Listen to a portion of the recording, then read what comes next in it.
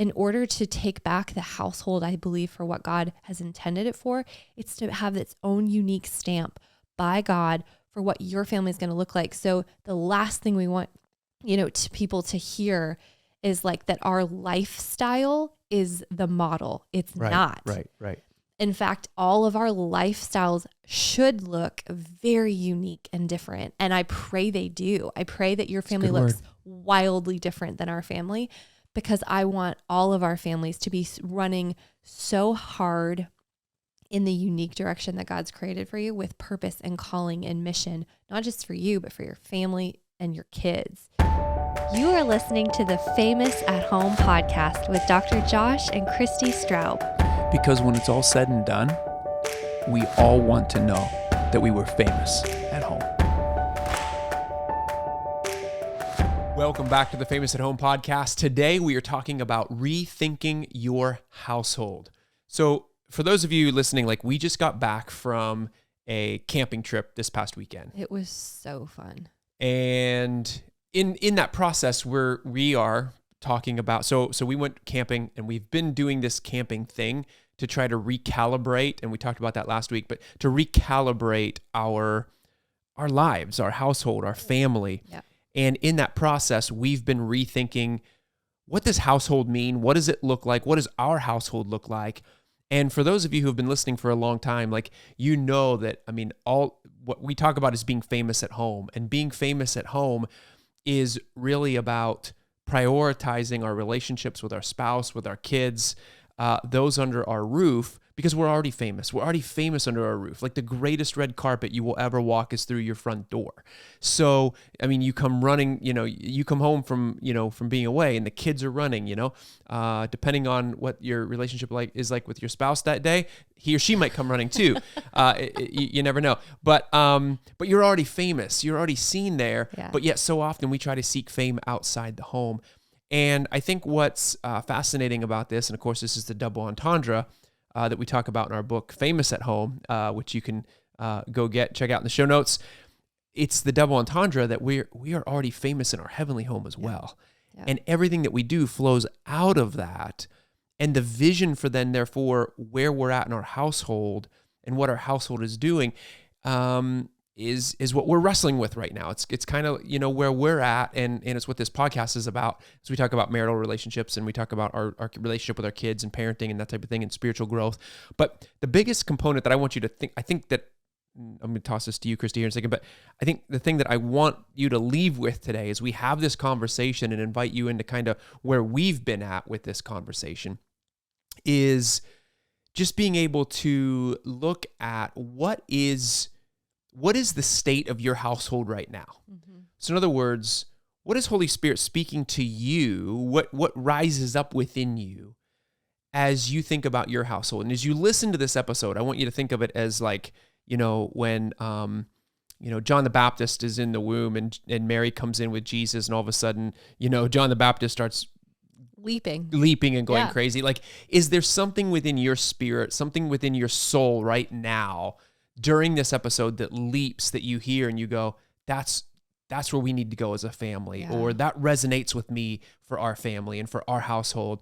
And so we're going to have a conversation about all of this today, but I think the important component that I want you to think about is, what is that's leaping out for you? Well, and I think too, to speak to it, what might be leaping out is shame, or even anger, where you're like, ugh, I don't even know. I don't know what's next.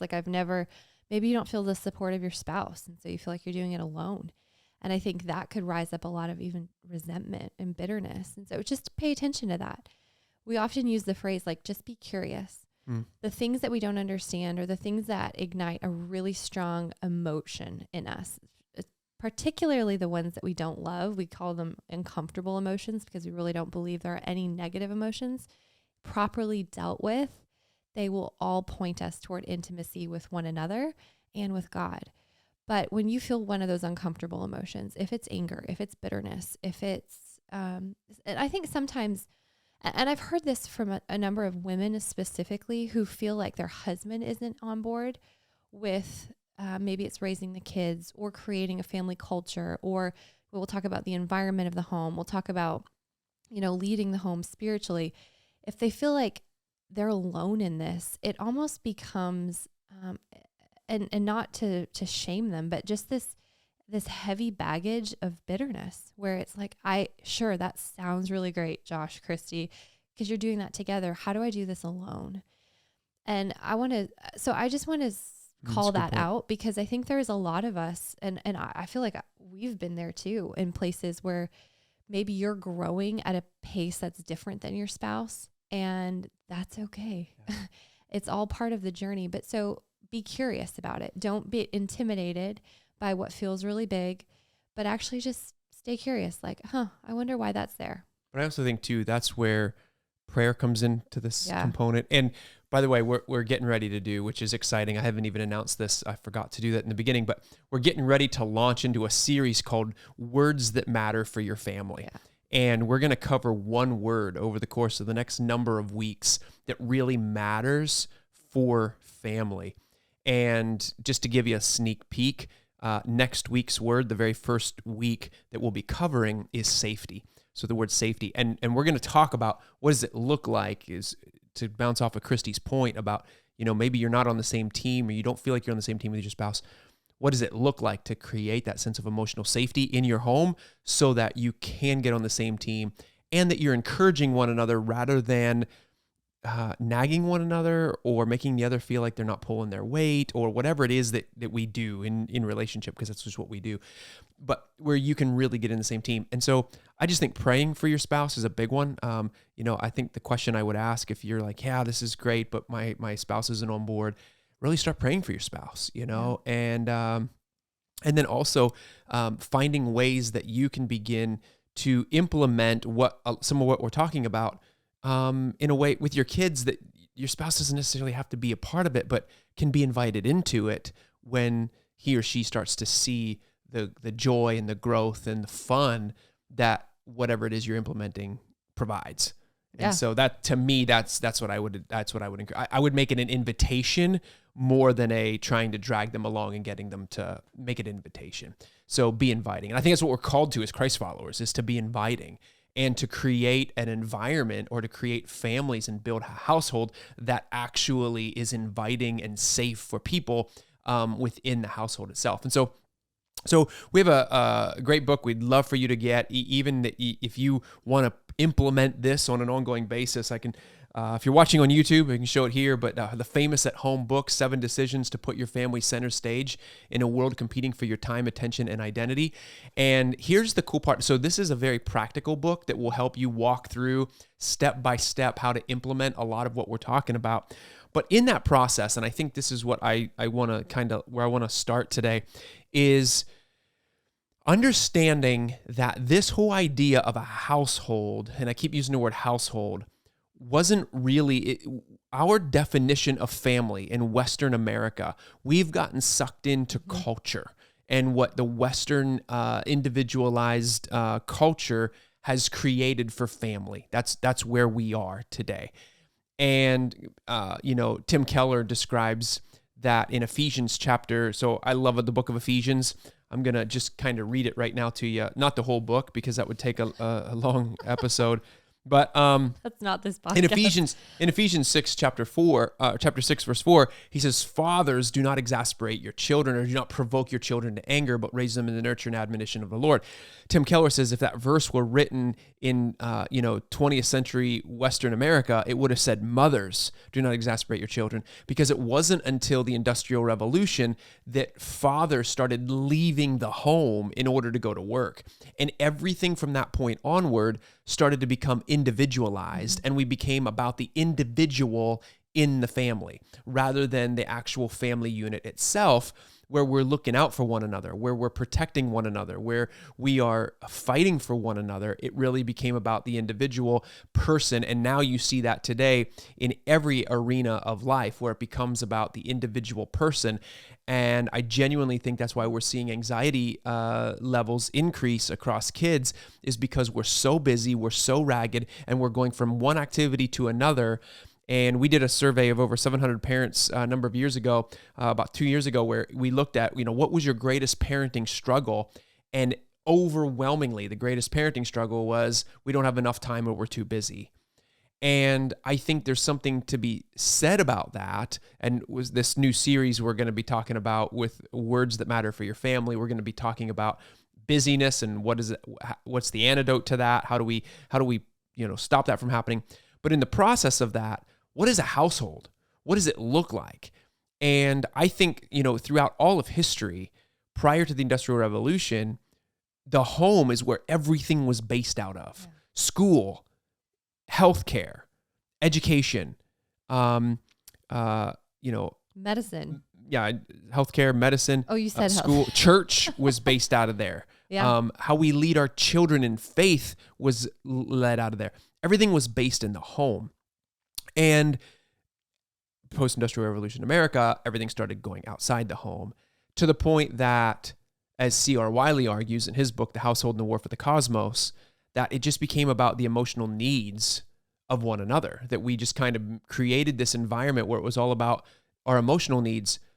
But he argues you really can't be emotionally bonded if you don't have anything to be emotionally bonded around.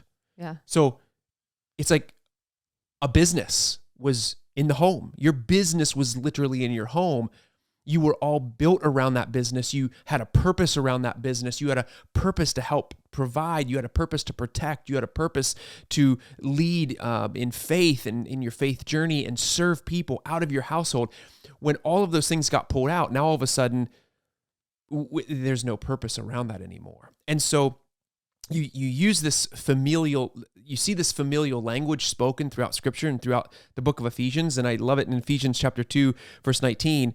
Paul's writing to the church at Ephesus, and he says, "So then you are no longer foreigners and strangers, but fellow citizens with the saints and members of God's household, built on the foundation of the apostles and the prophets, with Christ Jesus himself as the cornerstone." We are a part of God's household. And as a part of God's household, we are already famous at home.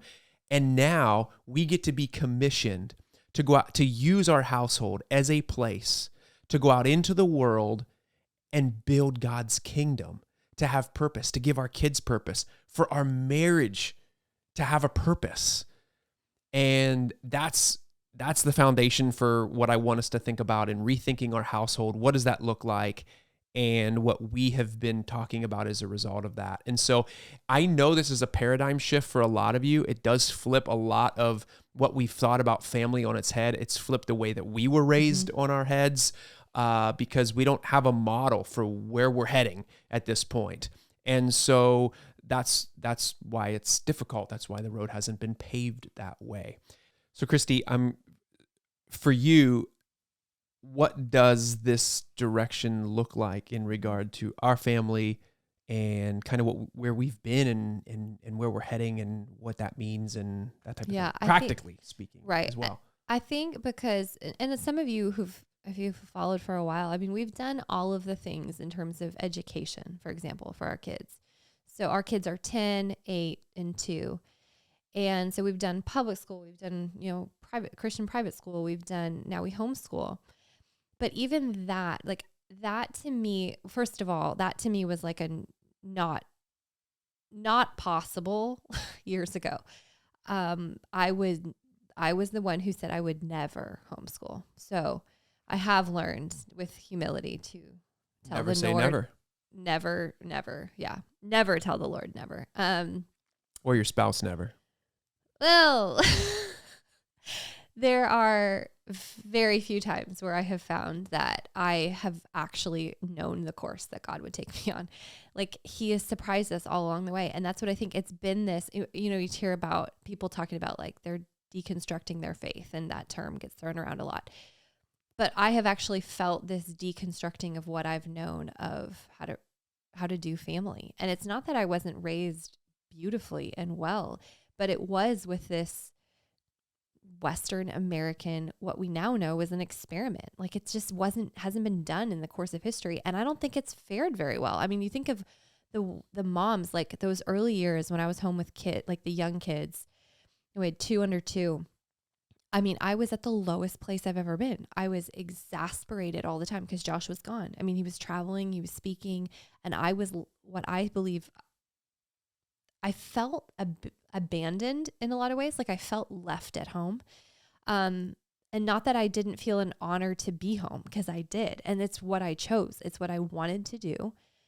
But I still felt left at home, and I was exasperated. And that is, I think, what I am seeing in so many other families is we weren't meant to live alone. We weren't meant to be like one mom with all these kids, and it's fully our responsibility because dad has gone off in the world, chasing his fame. And I think a lot of people will be like, well, I don't know if that's fair to say, like, dad's not always off chasing fame, and it may not be mother, father, but that's more typically what it's looked like, because there's roles that only I can play, only I can feed those babies, and only until we've switched to formula, and praise Jesus for goat milk. But anyway, that got us through. That survived 2 of our children and why they are still living. Anyway, I have felt though that loneliness and that exasperation of just being left. And then as we have sort of filtered through our lives with a total surrender of God, like, what would you have for us? Because I don't know that our way is working, and nor do I even feel that fulfilled in the chasing of this Western dream. And I say Western because, I'm Canadian, now dual citizen, but this is not unique to the United States. This is modern society that we're chasing after something that's bigger than family. And I think that's where we've gone wrong, is that we've started chasing these idols and these trophies of fame, which could look like wealth, status, success, whatever, but something that it doesn't outlive us, but your family does. Like, what we're building here within our 4 walls will outlive us. And I think what I have started to see shift in us is this sense of legacy and the nurturing of our kids, that like this is the true holy work, and the nurturing of a marriage that lasts is pure and holy work. And it's truly the only thing that is going to be passed down in the generations. Like, our books will be forgotten. Our podcasts will be forgotten. None of this matters. I actually don't even know that that's true, to be honest with you. I'm going to challenge you on that. You think it's my theology about that, but that you were building for the new earth. Oh, I think we're building for the new earth. And I even think too, you're just even the idea that what we're doing, and I think it's a great conversation to have, because I think what we end up doing a lot of times is we think that we have to go out into the world and get people saved and, save them from their sin and that type of thing. But when you look at the gospel for truly what it is, I do think we're building for the new earth, and that we're partnering with Jesus in making all things new. And when you look at it that way, there's a lot of times where, I'll be very honest, like if I sit long enough and I think about what it looks like to live a life in suburban America, just having a 9-to-5 job and being directionless and not sure where I'm heading with that, except to just provide for my family, I get really anxious and hopeless in that. That quote unquote American dream just feels like I don't even know what it feels. It just feels like a dead end to me. And I think that's where coming out of our camping trip, I'm even, talking about, or thinking through this, like in a way of going, I genuinely want this household thing. It does go beyond these 4 walls, because what we're doing is our family. God uses our family, and Ephesians, the whole book of Ephesians is really about that. If you read the letter, not just picking parts of Ephesians, but you read from Ephesians chapter 1, verse 1, all the way to the end of 6, and he ends with the spiritual warfare chapter in Ephesians chapter 6. What he's doing is he's setting up the household. We are of the household of God through marriage, through parenting, all the way into this is how we fight. This is how we build the kingdom of God, is through family. We are sons and daughters. We are heirs. He is the bridegroom. We are the bride. All of the language around God is familial. Our relationship with him, it's all familial. It's all about family. And I know, you might be listening and you just be like, man, this is I do work the 9 to 5 job. I do have to travel for my work. I am the guy who's gone all the time, or my husband's the guy who's gone all the time, or maybe my wife is the one who's gone all the time and I'm home and we never see each other. Listen, there are ways to figure this thing out. That's the whole piece. That's the whole component that I really want to encourage you in, is that there are ways to start figuring this out. Not necessarily the meaning that you have to quit your job.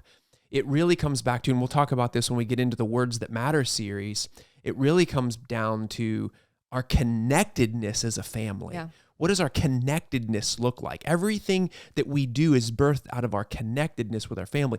Listen, face it, we live in Western post-industrial revolution America, where, yes, in order for us to earn a living, especially with the way inflation is right now, we've got to be doing everything we can to make ends meet, and we've got to be out there and we've got to be working, and maybe even both parents need to be working, and you're going, man, we do feel so fragmented right now. You know what? That's okay. Like then that's the life we live in, that culture. But at the end of the day, what we're talking about is, what's your vision for your household?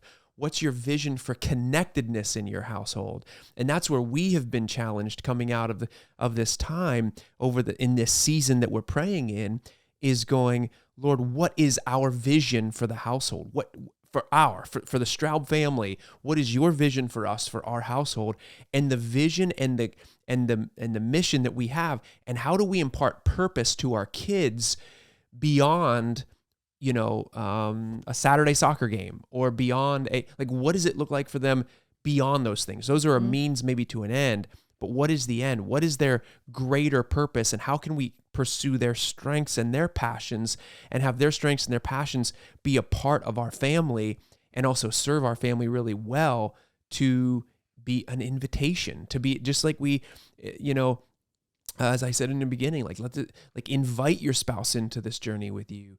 We just want to be we want to be inviting and warm and welcoming to other families that are feeling exhausted and things are too busy and overwhelmed and stressed, to go, we genuinely believe that this whole idea of connectedness in the family is the answer, through the power of Jesus, of course, but it's looking at how do you practically make that work for you in the structure that you currently have within the context of your family right now. Well, and I think that speaks to the individuality and the specific, God didn't create us with a stamp mold. We're so unique. And a friend and I were having this conversation this week, because I said to her, I was just speaking life over her. I was like, I just want to encourage you. You have become so different, such an individual.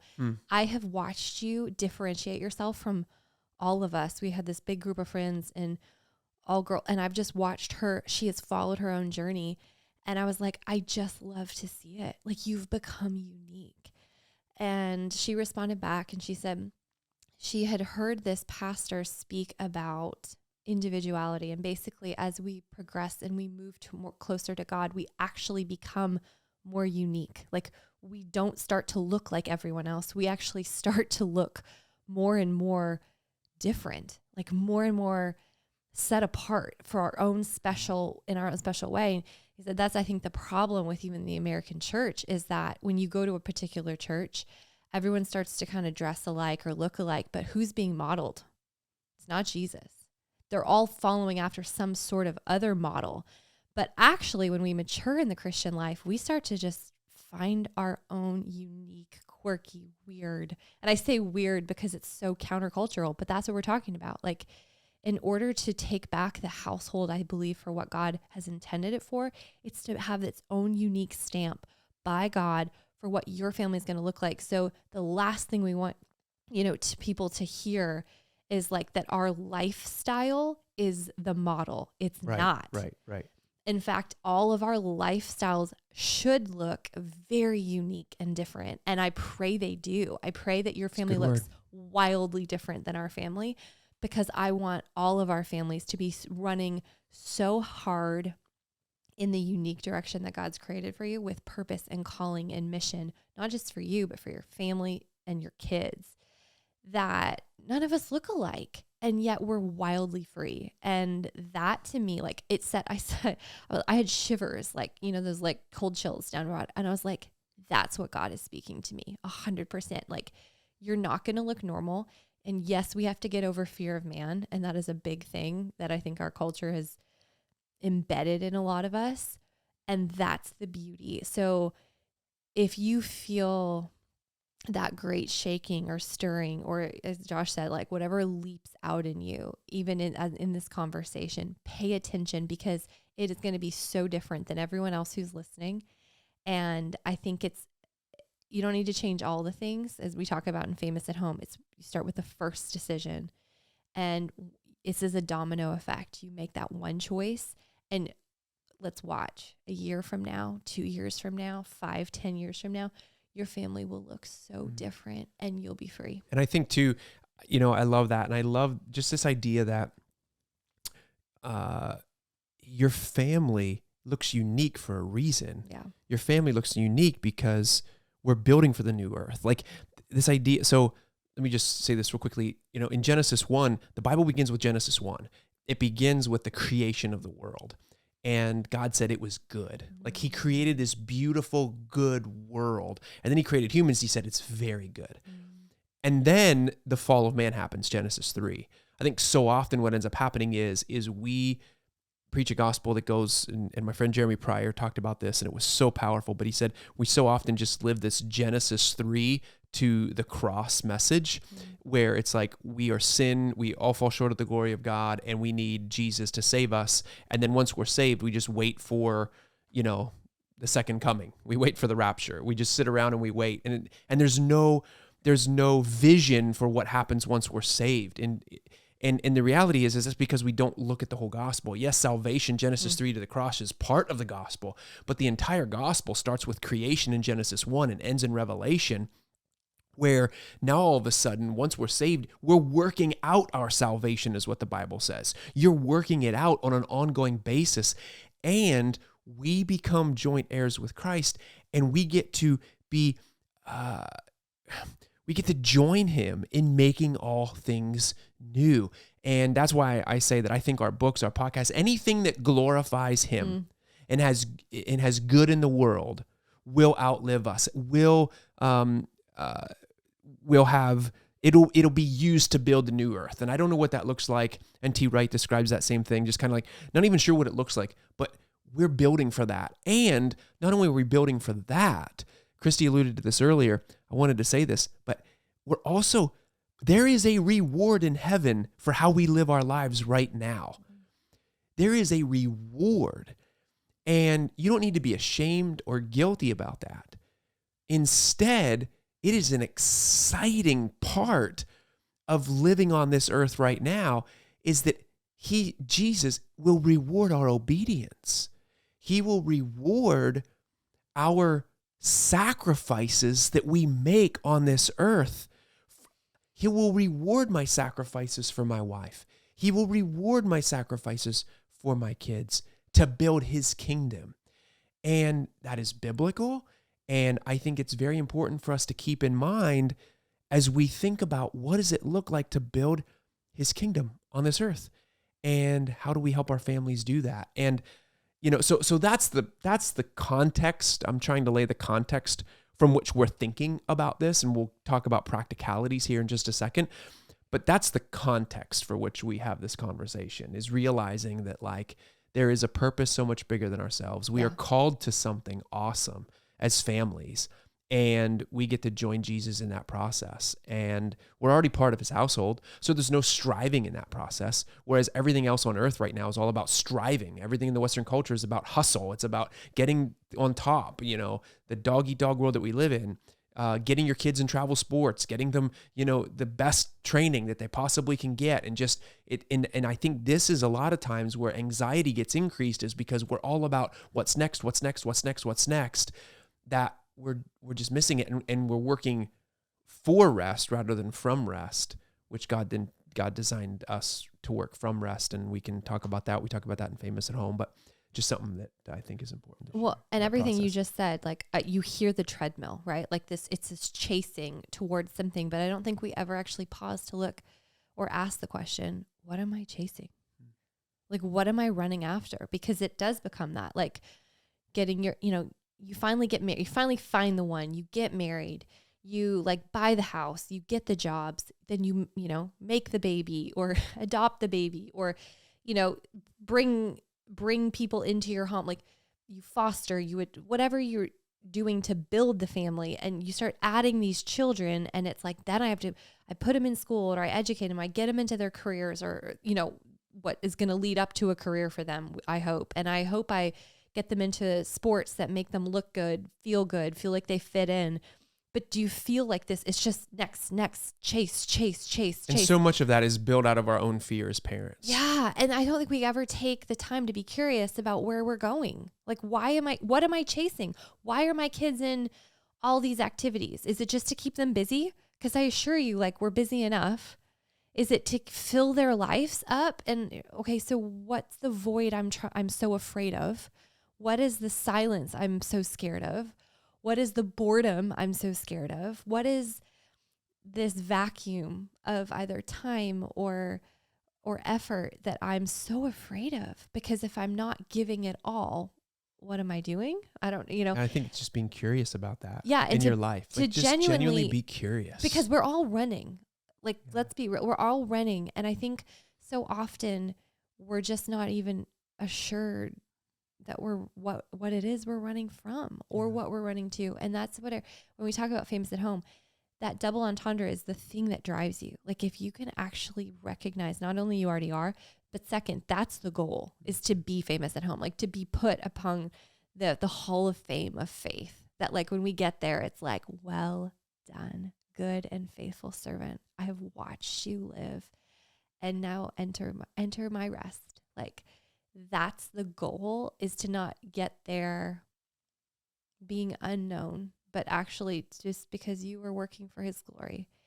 And that is so counter to what we see down here in the natural. And yet I think it's the thing that will set us all free of the chasing. And but to just allow yourself to be curious. What am I chasing? Because we all are. And there's a chapter even in Famous at Home about that, because I really think that's the beginning of asking the right question to get to the place where you're chasing the thing you actually desire. Because a lot of us will say with our words, or our intention is probably right or accurate or on target. And yet the way we're actually spending our time, our money, our talents, our energy is just showing that there's something else deeper in our hearts going on. And, you know, one of the things that I think about with this is, you know, I have a friend who he just lives his values. And I remember him saying this to me. He uses a flip phone. He doesn't text. He only uses the phone for the phone. Just lives this real beautiful life. That you're just, you're like, wow, you're drawn in. It's unique, as Christy was saying earlier. And I remember him telling me, I live my value. I don't talk about my values. I live my values. I don't want to idealize values. I want to live them. Mm-hmm. And I think that's what we're talking about. And I think that's the thing that I have for so long neglected to do in my own life, is to actually live the values that I say that I want to live. And we do it to a degree. But I think we're now asking ourselves, how do we get there even more so? Yeah. And what does that look like to increase conversations of faith in my household? What does that look like to actually step out and do stuff? So for example, let's get practical with this. So I'm going to give you a couple mottos that we have in our home that are actually helping us to kind of, I think these mottos are kind of guiding our conversation in this. And that's what I would encourage you to do.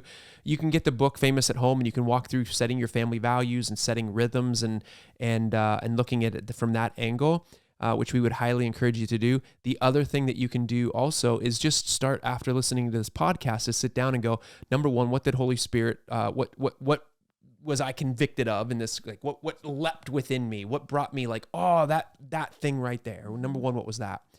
Number two, thinking about family mottos that you have, or what is being curious, as Christy says, about that, whatever that is, that nudging in your heart, being curious about that void, being curious about that thing for me where I'm sitting and I'm going, if I sit long enough and I think about the American dream and just living in suburbia, the 9 to 5 and where's that taking me?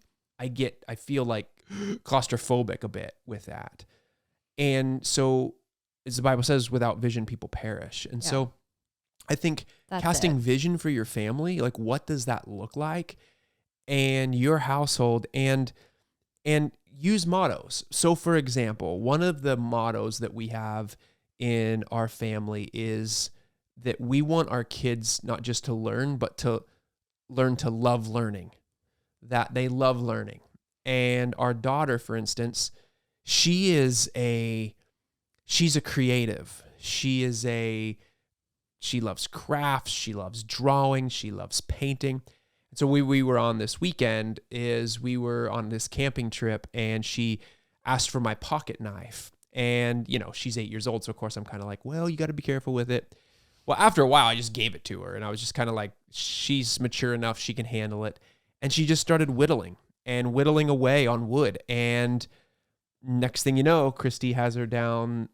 You can tell that story, but it's like, yeah. Well, yeah. So we I think tell that story, because so there's like this arts and crafts convention, and we were in the Smokies and camping out there, and it was just glorious. But it's a crafty, like artsy community, and so she's like, "Mom, can we go to this arts and crafts fair?" Not my thing, be totally honest, but I was like, "Okay, yes, I would love to take you, because I know this would mean so much to her," and I knew it would spark creativity in her to be inspired to see all these other people and all these other makers and what they're making, and to build into her, because that's another thing. We really want our family to be creators, not consumers. Yeah, that's a key point I was going to make. That's a good one. Yeah. Yeah. And so to anything to ignite her creativity, her curiosity, to be inspired by other people. And by the way, I just want to highlight this real quickly. In that process, I just want to highlight what's actually happening in this process. Christy, number one, doesn't necessarily love arts and crafts. It's not her thing, but she's pursuing Kennedy, our daughter's interest. She's pursuing her interest. And number two, taking her on a date, which builds connection.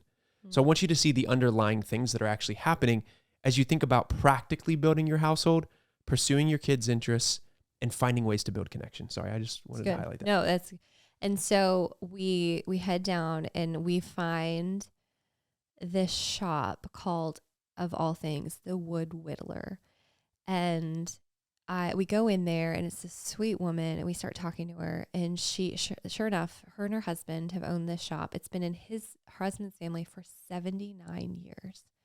So it'll be 80 years next year that they have been in the whittling industry. And I'm like, I was telling my mom, she was like, I didn't even know whittling was still a thing. People still do that? I was like, they do, and it's precious. So this woman takes Kennedy around this store and is showing her all these different things and the different techniques, and this is how they made this bowl. And then her husband came in, and she was like, "Look, John, it's a new girl whittler." She was like so tickled that like there's this girl wants to start whittling. And so she brings her to this cabinet that has like all the really, really expensive things. And so she opens it and she says, "I want to show you something." She said, "The person who created this started when she was a little girl. Now she's a woman, and she is the best in the world. She just was like honored with some award. She beat out all the men and all the Europeans. Apparently Europeans are really good at this.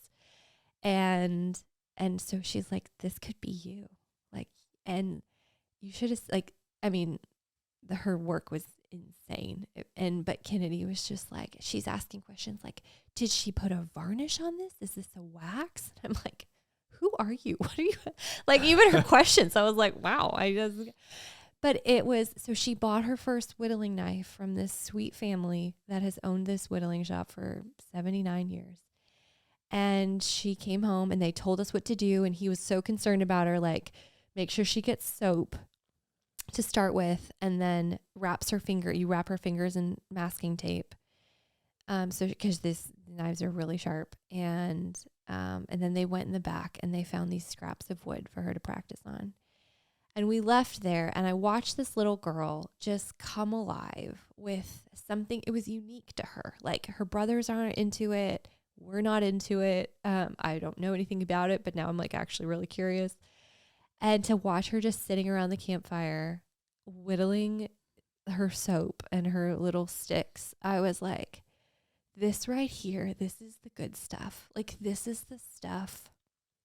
This is the goodness of God. And we work a lot in the work, the place of where people have had trauma and people have had hurt. And one of the phrases in that is, in order to restore trauma, you actually have to restore goodness to the body again. And I think that speaks a lot to our modern day family, where we've all experienced traumas. And I know that's a word that gets thrown around a ton right now, but we've all experienced it. Those lowercase t traumas where we've walked through divorce and hurt and pain in all kinds of ways. But anytime we're in relationship, we're going to experience it. But the way to heal it is to restore goodness. And I really believe, as families that are navigating this new world, that is our manifesto, is to restore goodness again. And I think that is the fight, because that is exactly who God is. And therefore, that is how we redeem the household and bring kingdom come, like his kingdom onto earth as it is in heaven, by bringing his kingdom into our homes. Yeah. And the love of learning is one of the ways that we're like, okay, how do we continue to foster this in our kids? And how do we continue to foster confidence and resourcefulness in our kids? Because the more resourceful they are, the more they become, the more that they become part of the team to build his kingdom and to bring him glory. And, they can bring that confidence to other kids in the world around them, and they can be inviting to other kids in the world around them. And so another way that we're doing that is there's a group of dads here in our hometown. We've gotten together. We brought together our boys, about 6 to 8 of us dads, and brought together our boys ages from 7 to 11. And we're doing a thing, for lack of a better term, right now called Build Fires, Change Tires. We've commissioned the boys to name it because just the importance of naming something, as God commissioned Adam to name the birds of the air and the animals on the ground. And so we are meeting once a month. We're teaching our boys to build fires. We're teaching them to cut potatoes and make steak over the fire, and how to canoe, how to, handle a firearm, how to respect that, how to clean it, how to break it down, how to do certain things, changing tires, changing oil in a car, and giving them confidence to do things that are important in the world that will help them with their everyday life skills. And in that process, our son this past weekend built every fire that we had. And he taught his sister how to cut potatoes and how to cook them. We got steaks for him to cook over the grill. So he's 10 years old. He made the meal. He built our fires for us. And we're just really finding ways that we can invest in and be intentional about that. And for years, as I was saying earlier, I thought about the values I wanted to instill, but it was kind of like we were just caught up in the rat race as well. And now we're at a point where I'm tired of the rat race. I'm tired of talking about values, and I'm ready to start living them. And that's what we're talking about in that process. And so, and can I just say, like, to see him building those like with such confidence, like he would have never been interested in that before, because he'd been afraid of it. And what was so, I don't know if you heard him, I heard him telling his sister, he's like, now, you don't need to be afraid of the fire because you are the one building it. So it's kind of like an art, like you're building and making it into what you want it to be. And I was like, oh my goodness. Like, I hear him reciting what one of these other dads has taught him. Like, and that's a cool point too. In their group, they pair up like another dad with a different, so Josh is with one of his friend's sons, and our son Landon is with one of our friends, one of the dads. But to see, like, I've not seen that in him, that confidence of just like, watch this, I've got it. He made, like, moms, like, I just want to, like, he made dinner. He made the full dinner, chopping the potatoes, showing his brother and sister how to chop the potatoes. His 2-year-old brother. His 2-year-old brother, who actually was paying attention, was listening to him. It was awesome. And then cooked the steak over the open fire. And I was just like, yeah. Like, I think so often we step in out of fear, and also because we don't really show them that we believe they have what it takes. Mm-hmm. And I think when we teach them well, and we take time, and that's where it takes time, is to intentionally pour into them and instruct them in the way they should go. And the confidence that builds in them, and then the belief, and Josh and I were sitting there just looking at each other. We're like, we're working ourselves out of a job. This is great. This is fab. This But is the point. But I think it goes back to Christy's point that she said earlier in the podcast. Raising your kids and rethinking your household to be creators and not consumers. Yeah. This was Andy Crouch talks about this in the Tech Wise Family, I think is the name of the book, where he uses screens for his kids to be able to create and not consume. And we are in such a consumerism culture where it's all about consuming, where you're scrolling on Instagram, you're watching YouTube videos endlessly. We're binge watching Netflix. We're doing all those things. And what we're doing is we're not allowing our kids to be bored. We're not allowing ourselves to be bored. And I remember writing a blog a number of years ago called Why Smart Parents Have Bored Kids. And the reality is research shows that it takes at least 15 to 20 minutes of boredom for creativity to kick in. And so, but we won't allow ourselves to be bored for 15 to 20 minutes. We won't allow ourselves to go out into the woods and just start playing with leaves and trying to figure, something out to get creative. And, it was funny because, one of the things that we're last minute Halloween people. And the kids were getting ready to go out trick-or-treating or whatever. And our son's trying to figure out what he wants to be with stuff that we already have, because we didn't go out to buy costumes. And he's like, Dad, I want to be an inventor. It's like he wants to invent. Like that's what he loves. He loves inventing and creating. And I think, same with our daughter with the whittling and the artistic, like, to me, I'm proud of that we are raising kids who want to create rather than consume. And I mean, they watch a couple things here and there. And, one of the big things that we love having them do is, they like to go on YouTube and watch Dude Perfect or Mark Rober. But the whole point is to go on there and watch them and then go create something. Yeah. Go and create trick shot videos or whatever it is that they want to go do, which they do often. But to be creators, not consumers. And I think that's what God's called us to from Genesis 1 to Revelation, is to create. Yeah. He's called us, he's built us, he's designed us to continue creating and creating and creating, to build his kingdom and make all things new, to create beauty and goodness in the world. And that's what I get excited about with this whole idea of rethinking our households, because I think so often we get stuck because we get stuck because we're consuming and we don't even realize it. Or we're repeating. We're trying to repeat something we've seen modeled. And I think that's what circles back to this unique piece. Like when you're creating something new. Like you're not creating something that's already existed. You're creating out of newness and vision and endless possibilities. And I think to just put that out there and on you, that it's not this mold you have to fit or like lane you have to find and run in. It's this, you get to be the creator of the household that God has given you. And that starts to unleash, I think, a whole new way of thinking in your brain of, I'm not just repeating or looking for a model because it's a road that's never been walked. You get to create it alongside God. And I think too, the other component of this, so we talked a little bit about how practically it's looking for our kids, and we're going to be doing more. And listen, we want to invite you into this next series on words that matter for our family, because we're going to be continually, as we talk about words that matter for our family, we'll be continually talking about what we're doing in our family and how we're developing and evolving as a family into this household mindset more and more, and the practices that we're implementing in that process. But before we talked a little bit about the kids piece, I'd like to talk also about the marital piece, because I think that's another component of this. You see in our culture, I mean, people divorce because of the individualism, right? Yeah. It's because I want to go pursue my thing. She or he wants to pursue his or her thing. And so it's all about, well, we just can't both pursue this together, so we got to go our separate ways.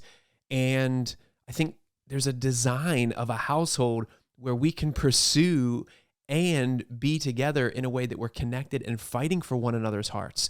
You know, the Bible says to guard your heart, it is the wellspring of life. When we become married, we enter into a covenant relationship where we are one flesh. And when we have one flesh, that means we have one marital heart that we need to guard. And as we guard that heart, it is the wellspring of life. And, you know, so for us, practically what that's been looking like in our marriage is just, I think, and you can speak to this too, but I think for me, what it's looked like is we're finding our own individual lanes in kind of what God, as I think we've, over the last number of years, we have really pushed one another to pursue relationship with God. Yeah.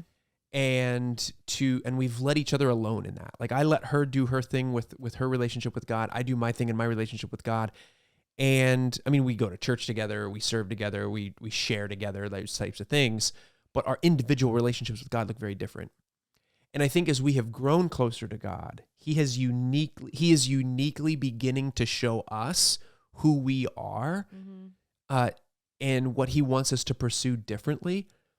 And now I think for me, what I have found in the beauty of this is that we're building a deeper friendship and pursuing friendship, like beautiful friendship. Not that we weren't friends before, but like really fighting for each other's heart to make sure that the other person, just like Christy did with Kennedy, just like I'm doing with Landon, our son, that we're pursuing each other's interests, but also being connected to each other in that process. And I got to be honest, I've definitely seen that with Christy with the Phillies lately, because I love the Phillies and they are in the World Series right now. I care. And she actually cares, and that's a big deal to me. Are you so proud that I care? I love that you care. It's a big deal to me. That's a big one. Yeah. I really have tried. Every year I'm like, I'm gonna. The Phillies are never in the playoffs. So, I mean, the fact that they're in the World Series is a big deal. So it's easier to care. Yeah.